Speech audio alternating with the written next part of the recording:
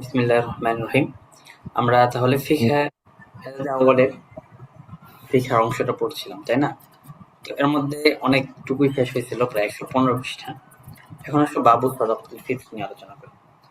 তো এখানে বাবু সাদাকাতুল ফিতর দ্বারা কি উদ্দেশ্য? সাদাকাতুল ফিতর উদ্দেশ্য হচ্ছে আল মালুল লাযী ইখরিজুহুল মুকাল্লাফ লিল মুস্তাহিকিনা ক্বাবলা সালাতি ঈদুল ফিতর। ঈদুল ফিতরের নামাজের পূর্বে হকদারকে যে মুকাল্লাফরা যে মাল দিয়ে থাকে সেটাকে বলা হয় সাদাকাতুল ফিতর। তো এই সাদকাতুল ফিতর হুকুম কি? সাদকাতুল ফিতর হুকুম হচ্ছে ওয়াজিবাতুন আলা মুসলিমিন ওয়ালাউ কানা সগীরান আও মাজনুনান ইযা কানা মালিকান লিমিকদারিন নিসাবি ফাদিলান আন হাজাতিল আসলিয়াতি। অর্থাৎ এই সাদকাতুল ফিতর প্রত্যেক মুসলমানের জন্য ওয়াজিব, ছোট হোক বড় হোক, মাজনুন হোক, যদি সে নিসাব পরিমাণের মালিক হয় আর এই নিসাব পরিমাণটা তার মৌলিক প্রয়োজন থেকে অতিরিক্ত হয়, তাহলে সেই ক্ষেত্রে সাদকাতুল ফিতরটা তার জন্য ওয়াজিব। এরপর আসো সাদকাতুল ফিতরটা তার ছোট ছোট বাচ্চা, এরপরে স্ত্রী, তো এরা কিভাবে দিবে? এদের থেকে কি দিবে? يجب على المكلف إخراج الصدقة عن نفسه وعن أولاده الصغار والمجانين الفقراء। অর্থাৎ মুকাল্লাফ যে আছে, মুকাল্লাফ মানে আকিল বালেগ মুসলিম আর কি, ঠিক আছে? আকিল বালেগ মুসলিমের উপর সদকা তার নিজের পক্ষ থেকে বের করতে হবে, সাথে সাথে তার ছোট ছোট ছেলেদের, এবং তার যদি দরিদ্র কোনো পাগল ছেলে থাকে তাহলে সেই ক্ষেত্রে তাদের পক্ষ থেকে সদকা ফিতর আদায় করতে হবে। এমনিভাবে স্বামীর জন্য জায়েজ আছে তার স্ত্রীর পক্ষ থেকে সদকা ফিতর আদায় করে দেওয়া, তবে এটা ওয়াজিব না। এমনিভাবে পিতা তার বড় ছেলের পক্ষ থেকে সদকাতুল ফিতরটা ওয়াজিব না, যদি চায় তাহলে সে আদায় করতে পারবে, ঠিক আছে?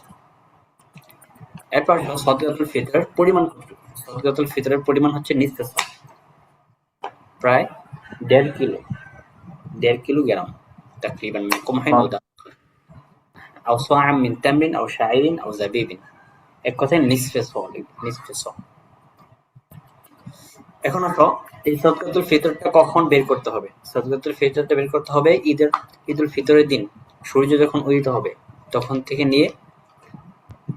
নিয়ে শুরু হবে আর কি। সদকাতুল ফিতর দিন ফজর উদিত হওয়ার মাধ্যমে এই সদকাতুল ফিতরটা বের করা আবশ্যক। যদি কোনো ব্যক্তি ফামান মাতা আও ইফতাকারা ক্বাবলা তুলুইল ফাজরি, যদি কোনো ব্যক্তি এই তুলুই ফাজর অর্থাৎ ঈদুল ফিতরের সূর্য উদিত হওয়ার আগেই মারা যায় অথবা দরিদ্র হয়ে যায়, তাহলে তার উপর কিন্তু সদকাতুল ফিতরটা আবশ্যক হবে না। এমনি ভাবে যদি কোনো ব্যক্তি ইসলাম গ্রহণ করে অথবা কোনো বাচ্চা জন্ম হয় অথবা কোনো গনিমত লাভ করে ফজর উদিত হওয়ার পর, তাহলেও কিন্তু তার উপর যাকাত বা সদকাতুল ফিতর আবশ্যক হবে না। লিআদামি ওজুদি সাহাবি ফি কুল্লি মিনহুমা, কারণ এই সূর্য উদিত হওয়ার আগে তাদের মধ্যে এই সওয়াবটা পাওয়া যায় নাই, নিসাব পরিমাণ মালিক ছিল না, এই কারণে তাদের উপর কিন্তু সদকাতুল ফিতরটা আবশ্যক হবে না। এখন আসো সদকাতুল ফিতরকে যদি আগেই দিয়ে দেয়, অর্থাৎ ঈদুল ফিতরের দিন সূর্য উদিত হওয়ার আগেই দিয়ে দিল, মনে করো ঈদুল ফিতরের আগের দিন দিয়ে দিল, তাহলে কি জায়েজ হবে কিনা? তো বলতেছে অবশ্যই জায়েজ আছে। যদি রমজানের পূর্বেও হয় তাহলেও জায়েজ আছে। এমনি যদি মুকাল্লাফ ব্যক্তি ঈদুল ফিতরের দিন আসার পর সদকাতুল ফিতরটাকে বিলম্ব করে, অর্থাৎ ওই তুলায় ফাজর দিল না, ওই দিনে দিল না, তারপরের দিন দিল না, তাহলে কিন্তু এই ওয়াজিবটা সাকিত হবে না, বরং এটা যাকাতের মতো তার জন্য আবশ্যকই থাকবে। সুতরাং সে যে কোনো সময় পাইলেই এটা আদায় করে দিবে।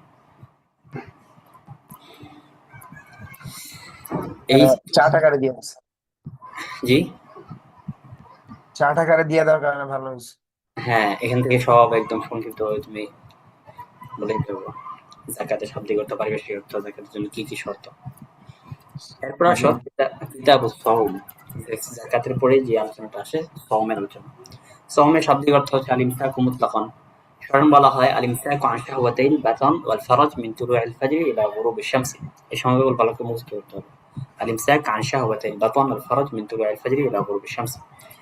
এই সাওমটা বা রমজানের রোজাটা ফরজ হয়েছে বদর যুদ্ধের পূর্বে 2য় হিজরিতে। অনেক সময় চাই যে সাওমটা কবে ফরজ হয়েছে, কি চিহ্নের মধ্যে জায়েজ, ফি সানাতি সানিয়া আও সালিসা আও রাবিআ। তো এখান থেকে যদি মনে রাখা তাহলে সহজ, 2য় হিজরিতে ফরজ হয়েছে। সাওম কয় প্রকার? সাওম 2 প্রকার, ওয়াজিব, নফল। ওয়াজিব হচ্ছে যেটা নির্দিষ্ট একটা সময়ের সাথে সম্পৃক্ত হয়, সেটাকে বলা ওয়াজিব। যেমন রমজানের রোজা অথবা কেউ নির্দিষ্ট মান্যত করলো যে যদি আল্লাহ রাব্বুল আলামিন আমাকে আগামী সপ্তাহে বিবাহ করে দেয় তাহলে মসজিদে 500 পাউন্ড দান করবো। এরকমই যে নির্দিষ্ট মান্যত রোজা, মানে রোজা করবো, 5টা রোজা রাখবো, ঠিক আছে?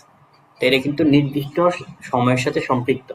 সুতরাং যেই রোজাগুলো নির্দিষ্ট সময়ের সাথে সম্পৃক্ত সেগুলো বলা হয় ওয়াজিব রোজা। তো এই ওয়াজিব রোজার ক্ষেত্রে নিয়তের হুকুম কি? ওয়াজিব রোজার ক্ষেত্রে নিয়তের হুকুম হলো রাত্রের বেলায় নিয়ত করা, অর্থাৎ যেদিন রোজা রাখবে তার আগের দিন রাত্রের বেলায় নিয়ত করা। আর যদি সে নিয়ত না করে এর পর্যায়ে সহি হয়ে যায় তাহলে জাওয়ালের আগ পর্যন্ত সে নিয়ত করতে পারবে। জাওয়ালের আগ পর্যন্ত সে নিয়ত করতে পারবে। এরপরে 2 নম্বর এখানেও একটা হুকুম আছে। ثانيهما ما يثبت في الذمة من غير تقييد بزمان وذلك كقضاء رمضان والنذر المطلق عن تحديد الزمان। অর্থাৎ দ্বিতীয় এখানে আরেকটা বিষয় বলছে যে ওয়াজিব রোজা আরেকটা প্রকার আছে। আরেকটা প্রকার কোনগুলো? যেমন রমজানের রোজা, রমজানের কাজা রোজা। এরপরে মুতলাক ভাবে কেউ মান্নাত করছে যে যদি আমার এরকম হয় হ্যাঁ তাহলে আমি রোজা রাখবো, মুতলাক ভাবে বলো, কোন সময়ের সাথে নির্দিষ্ট করলাম, ঠিক আছে? তাহলে সেই ক্ষেত্রে এই রোজাগুলো কিন্তু ওয়াজিব রোজা। তো এই দ্বিতীয় প্রকার রোজার ক্ষেত্রে হুকুম কি? দ্বিতীয় প্রকার রোজার ক্ষেত্রে হুকুম হলো আন্নাহু লা ইয়াজুজু সাওমু ইল্লা বিতাবয়িতিন নিয়াতি মিনাল লাইল। অর্থাৎ রমজানের কাজা রোজা অথবা নির্দিষ্টভাবে অনির্দিষ্টভাবে যে মানতটা করা হয়েছে এরকম যদি কোনো রোজা হয় তাহলে সেই ক্ষেত্রে সে রাত্রেবেলায় নিয়ত করতে হবে। তা না হলে তো বোঝা যাবে না যে তুমি কোন রোজা রাখতেছো, তাই না? নফল রাখতেছো নাকি রমজানের কাজা রাখতেছো। সুতরাং সেই ক্ষেত্রে রাত্রেবেলায় নিয়ত করাটা আবশ্যক। রাত্রেবেলা বলতে সেহরির আগে, সেহরির পরে আর কি। সেহরির আগে, সেহরির আগে করতে হবে রোজাটা। সেহরির সময় নিয়ত করলো, এটা সমস্যা না। সেহরি তো রাত্রেই, তাই না? রাত্রিবেলা করলো, অর্থাৎ ফজরের আগে। তো সেহরি করার পরে না রমজানের নিয়ত করে, রোজার নিয়ত করে? হ্যাঁ, মনে করো ফজরের আগে বলবা, তো ফজরের আগে মনে হয় রাত্রে নিয়ত করতে হবে, নিয়ত রাত্রে নিয়ত করতে হবে। ফজর যখন জি। আগুন দিয়ে দিল তারপরে তো সকাল হয়ে গেল। অর্থাৎ যদি তুমি কোনো একটা নির্দিষ্ট রোজা রাখো, মনে করো যে আমি আগামীকাল রোজা রাখবো, তোমার এরকম নির্দিষ্ট করা আছে, তাহলে তো সেই ক্ষেত্রে তুমি জাওয়ালের আগ পর্যন্ত তোমার নিয়ত করতে পারবা। সূর্য উপরে ওঠার আগ পর্যন্ত তুমি নিজে নিয়ত করতে পারবে। এমনি ভাবে রমজানের রোজার ক্ষেত্রেও কিন্তু জাওয়ালের আগ পর্যন্ত নিয়ত করা যায়। কিন্তু তুমি মুতলাক ভাবে বললা যে লিল্লাহি আলাইয়া সিয়ামু ইয়াউমিন, আল্লাহর জন্য একদিন আমার রোজা রাখা আবশ্যক। তো এই সময় তোমার কি করতে হবে? যখন সেহরি খাবা তখন নিয়ত করবা, অর্থাৎ এক কথায় ফজরের আগে নিয়তটা করতে হবে। ফজরের পরে যদি নিয়ত করো তাহলে তোমার সেক্ষেত্রে কিন্তু রোজাটা হবে না, কারণ সেক্ষেত্রে এখানে যেহেতু এটা অনির্দিষ্ট, তো অনির্দিষ্ট হওয়ার কারণে তোমাকে রাত্রেবেলায় এটা নির্দিষ্ট করতে হবে যে আমি অমুক দিনে এই রোজা রাখতেছি। এরপর আসলে নফল আচ্ছা, রোজা। বুঝতে পারছি। ওয়া আম্মা নাফলু, নফল রোজা হচ্ছে ফায়াজুজু কুল্লুহু বিনিয়াতিন ক্বাবলা নিসফিন নাহার। তো নফল রোজার ক্ষেত্রে যত নফল রোজা আছে সবগুলো তুমি নিসফে নাহার পড়বে, নিয়ত করলে হবে। ওয়ালা ইশতারাতু লাহু বিতাবিয়িতুন নিয়াত মিনাল লাইল, রাত্রে নিয়ত করা শর্ত হবে না নফল রোজার ক্ষেত্রে।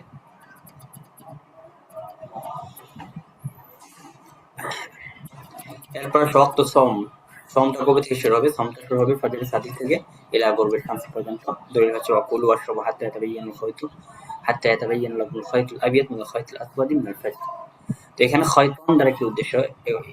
এটা অনেক সময় চাই দেখো এখানে খয়তন দ্বারা কি উদ্দেশ্য? খয়তন দ্বারা উদ্দেশ্য হচ্ছে একটা বায়াদুন নাহারি ওয়া সাওয়াদুল লাইলি, রাত্রির শুভ্রতা এবং দিনের শুভ্রতা আর রাত্রির অন্ধকার, এটা হচ্ছে খয়তন দ্বারা উদ্দেশ্য।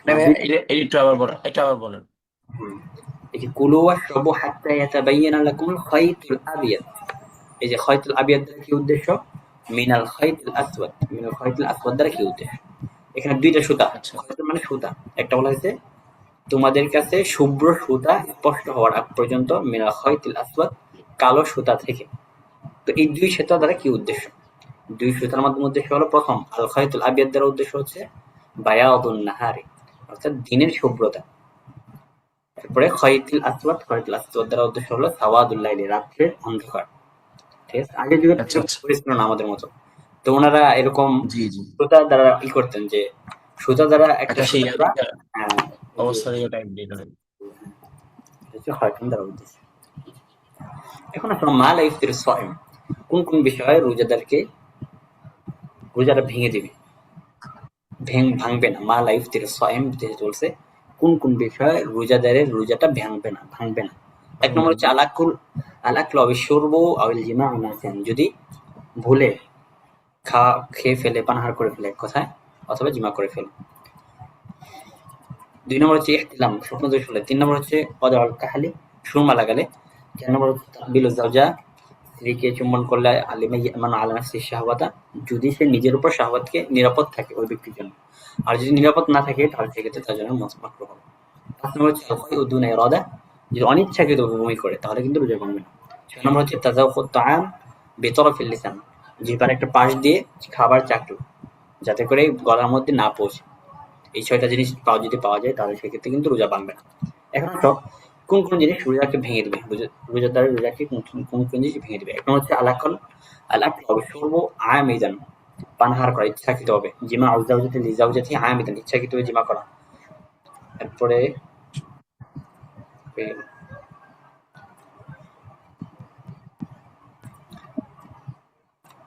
হচ্ছে আমিদান, ইচ্ছাকৃত বমি করা। ৪ নম্বর হচ্ছে ইবতিলাউ মা লা ইয়াকুলুল ইনসান আদাতান ওয়া ইউগযিহি, অর্থাৎ এমন জিনিস গিলে ফেলা যেটা সাধারণত মানুষ খায় না এবং তার মাধ্যমে সাধারণত খাদ্য গ্রহণ করে না, ওয়া ইউগযিহি। যেমন পাথরের একটা কণা গিলে ফেললো তাহলে সেক্ষেত্রে কিন্তু রোজা ভাঙে যাবে, ঠিক আছে। এখন আসলে আহকাম আম্মাত, ইচ্ছাকৃত ভাবে, তাই তো? হ্যাঁ, মানে পাথর বা অন্য কোনো যেটা খাওয়া যায় না, এটা ইচ্ছাকৃত বা অনিচ্ছাকৃত ভাবে খাইলে তো আর ভাঙবে না। যদি অনিচ্ছাকৃত খায় তাহলে তো ভাঙবে না, যদি ইচ্ছাকৃত খেয়ে ফেলে তাহলে এরকম। এখন কেমন আম্মাতুল ফি সিয়াম, রোজার ক্ষেত্রে কিছু সাধারণ একটা বিধিবিধান বলতেছে, কিছু বিধান।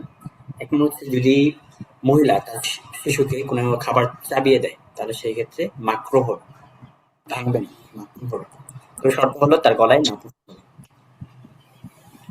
এরপরে মান আখাযা হুকমাতান শারঈয়াতান, হাকনা শারঈয়া মানে হলো যে কোনো ব্যক্তি তার কানে, চোখে, নাকে এই জাতীয় কোনো আঘাতের মধ্যে করলো, হুকনা করলো, মানে ওষুধ দিল, তাহলে সেই ক্ষেত্রে কি হবে? তাহলে সেই ক্ষেত্রে আবু হানিফা রাহমাতুল্লাহ মতে রোজাটা ভেঙে যাবে। সাহেবেন বলছেন যে রোজা ভাঙবে না। এখান থেকে কয়েকটা মাসলা বলছে আর কি, মাসলাটা পড়বো, সংক্ষেপে বলে দিয়ে যায় শুধু।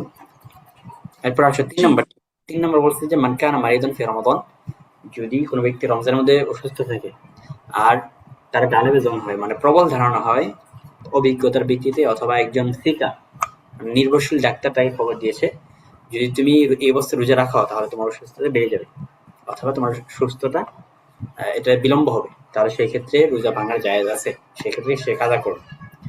এরপরে যদি কোনো রোজাদার ব্যক্তি সফর করে তাহলে সেই ক্ষেত্রে এই রোজাটা ফরজ না, ঠিক আছে, রমজানের রোজা বলতেছে।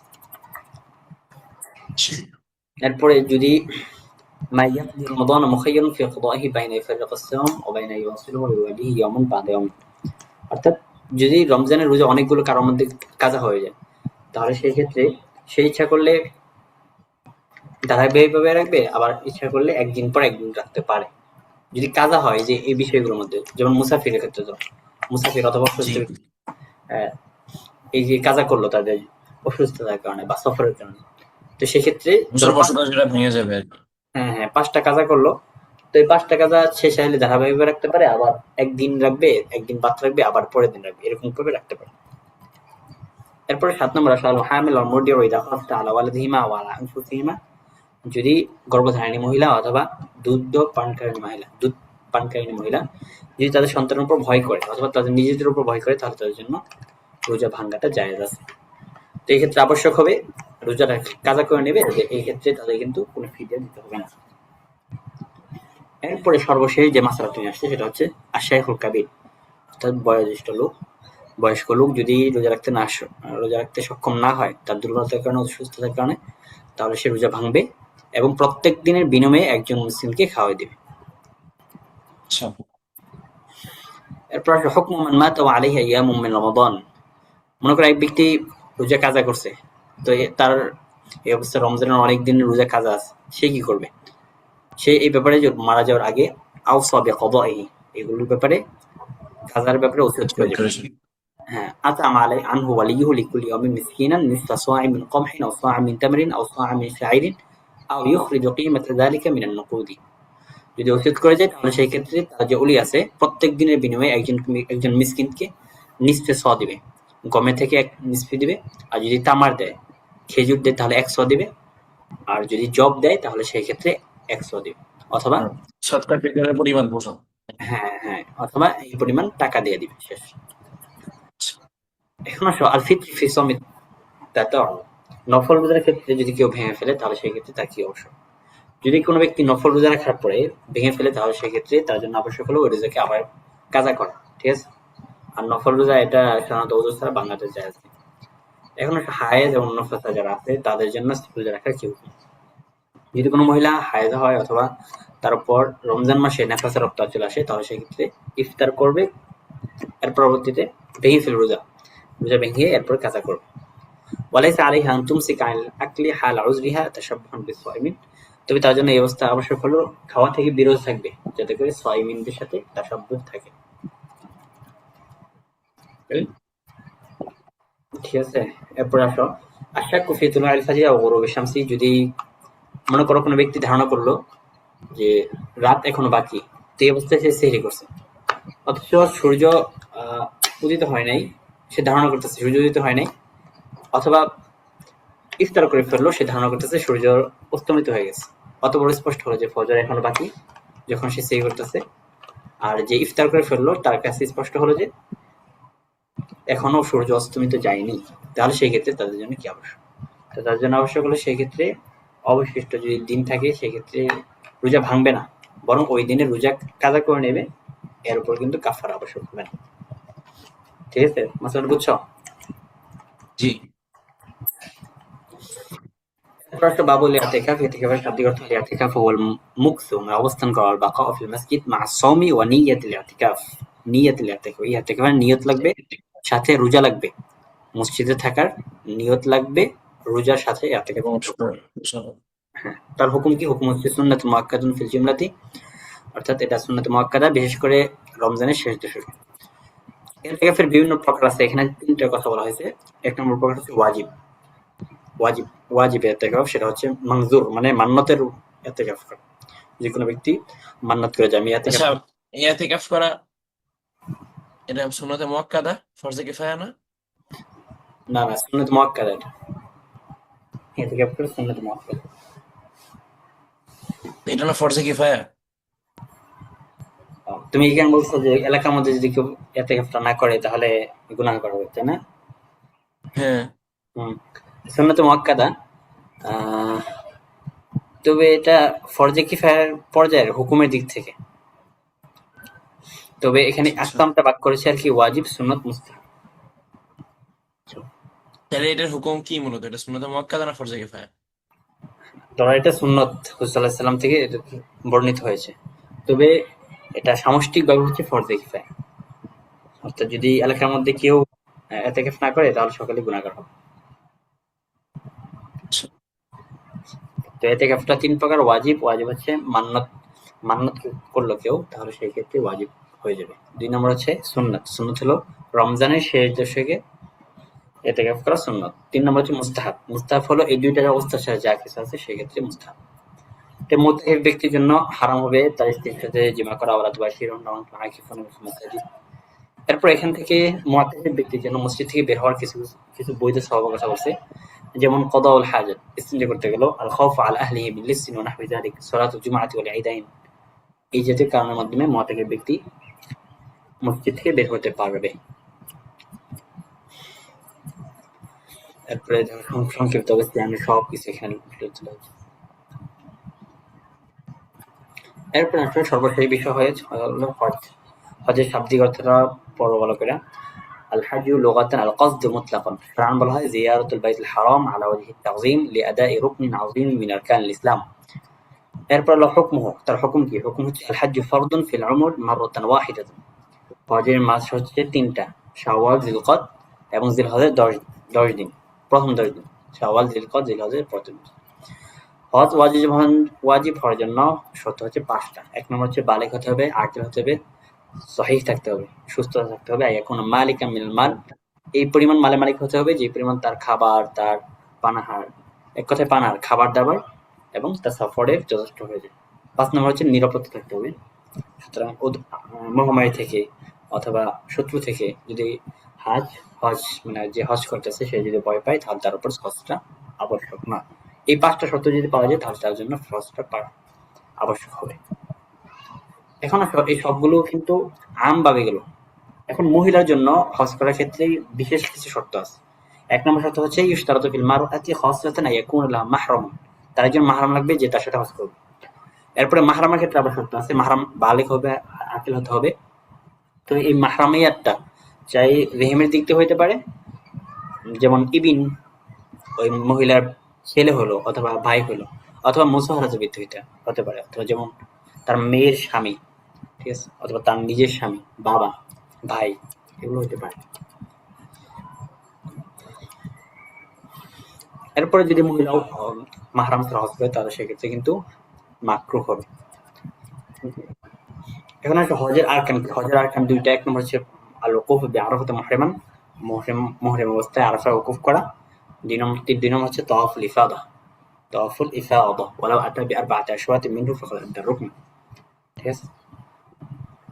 এই দুইটা রুকন। ওয়াজিবাতুল হজ, হজের ওয়াজিবাত হচ্ছে 10টা। 1 নম্বর হচ্ছে আল ইহরাম মিনাল মিকাত, মিকাত থেকে ইহরাম বাঁধতে হবে। ইসতিদামাতুল ওকুফি বিআরাফা ইলা গুরুব পর্যন্ত আরাফায় ওকুফ করতে হবে।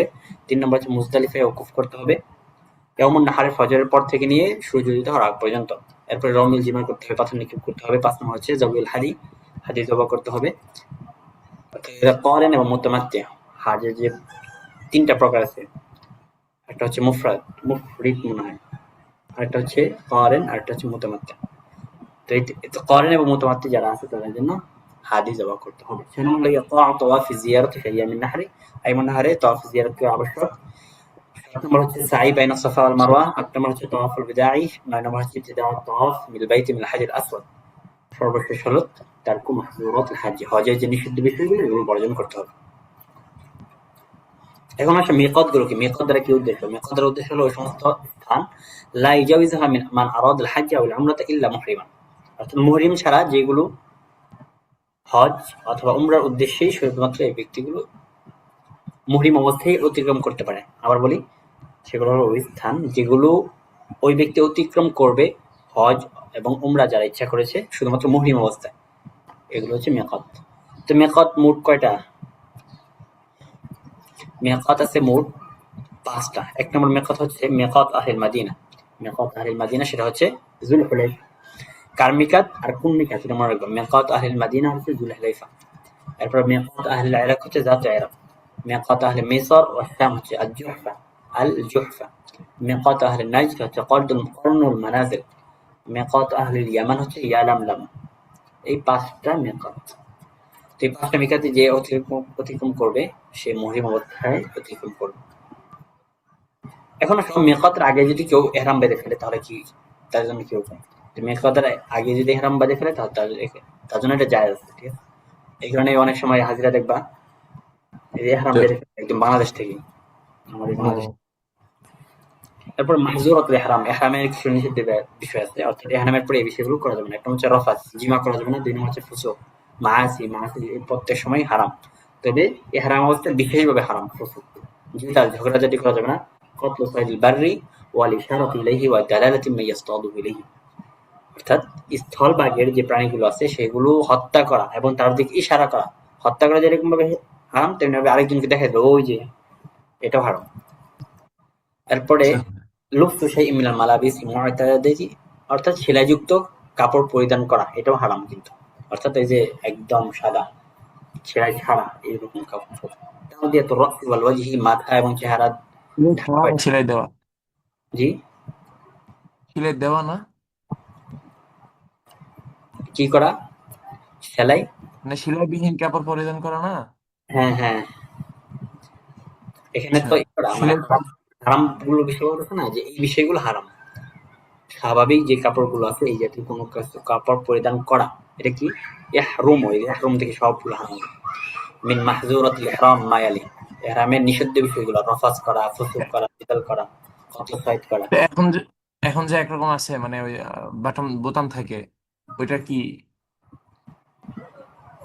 উম এটা মাসালা পড়তে হবে আর কি। কোন জাতীয় আমি আচ্ছা দেখাই তো, আচ্ছা আচ্ছা, দেখাবেন আপনার দিলে। আমাকে দেখাই। এরপরে চেহারা মাথা এগুলোকে ঢেকে রাখা, এই 6টা বিষয় হারাম মুসলিমদের জন্য। এরপর আসো বাবুল কেরন ও তামাত্তুক। কেরন এবং তামাত্তুক হজ দ্বারা কি উদ্দেশ্য, প্রত্যেকটার পরিচয় পড়বা এবং তারা কিভাবে হজ করে এটা মনে রাখবা। কেরন দ্বারা উদ্দেশ্য হলো আল জামউ বাইনা শাইআইনি মুতলাকান, দুটো জিনিসকে একত্র করা। সুতরাং বলা হয় আল জামউ বাইনাল উমরাতি ওয়াল হজ্জি বিইহরামিন ওয়াহিদিন ফি সাফারিন ওয়াহিদ, অর্থাৎ এক সফরে তুমি একটা ইহরামের মাধ্যমেই হজ এবং উমরা করবা।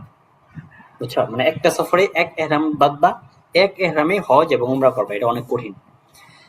কেরানের সিফাত কি? কেরানের সিফাত হলো আইয়ুহিল্লা বিল উমরাতি, প্রথমে সে উমরার জন্য হালাল হবে, উমরার মাধ্যমে ইহরাম বাঁধবে। ওয়াল হাজ্জি মান, উমরা এবং হজ একই সাথে ইহরাম বাঁধবে মিকাত থেকে, এবং ইহরামের সময় বলবে আল্লাহুম্মা ইন্নী উরিদুল উমরাতা ওয়াল হাজ্জা ফায়াসসিরহুমা লি ওয়া তাকাব্বালহুমা মিন্নি।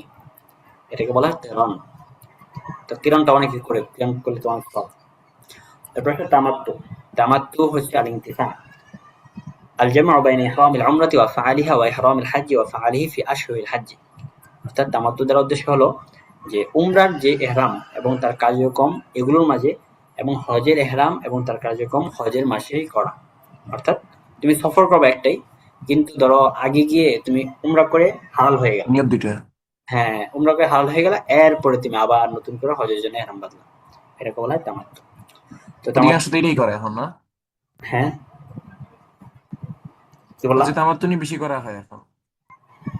হ্যাঁ অনেকে করে হজে তামাত্তু। হজ্জে কিরান করা একটু কঠিন, এই কারণে তামাত্তু মনে আচ্ছা করে।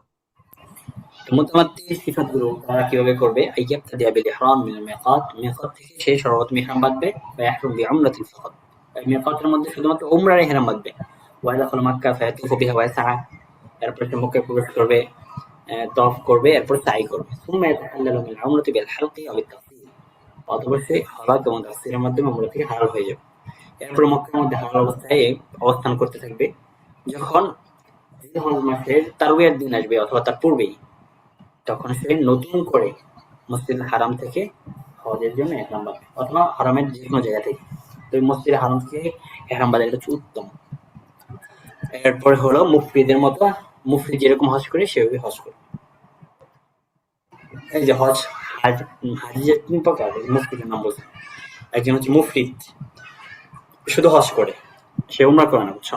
এরপরে দ্বিতীয় হলো যে মুতামাত্তি, মুতামাত্তি হজ এবং উমরা একই সাথে করে। এরপর 3 নম্বরে যে বললো, 3 নম্বর হলো কেরন, করেন, কেরন থেকে করেন, অর্থাৎ করেন হচ্ছে উমরা এবং হজ একই সফরে একটা ইহরামের মাধ্যমে করে। আর মুতামাত্তি, মুতামাত্তি যে আছে সে উমরা করে হালাল হয়ে যায়, এরপর নতুন করে মসজিদুল হারাম থেকে নিয়ত করে উমরার জন্য, হজের জন্য নিয়ত করে, ঠিক আছে, হজের জন্য আলাদা করে ইহরাম বেঁধে। মোটামুটি এই পর্যন্ত ফিকাটা শেষ। এরপরে কিছু নামাজ দিছে, আগে যা পড়লা এখান থেকে কিছু প্রশ্ন উত্তর দিছে, এটা তুমি দেখে নিতে পারো, এখান থেকে অনেক সুন্দর সুন্দর বিষয় আছে। একদম পুরা কিতাবের প্রশ্ন উত্তর এখানে তুমি পাবা। 140 থেকে 155, 55 পৃষ্ঠা, 140 থেকে 147 পৃষ্ঠা। আচ্ছা, তাহলে এই ফিকাটা এই পর্যন্ত থাক। এখন আমরা দ্বিতীয় খণ্ড শুরু করি। একটু এটা এই আচ্ছা এটা দিয়া তুমি নতুন করে ঢুকাও, এই লিঙ্কে আসো ওকে। নতুন করে।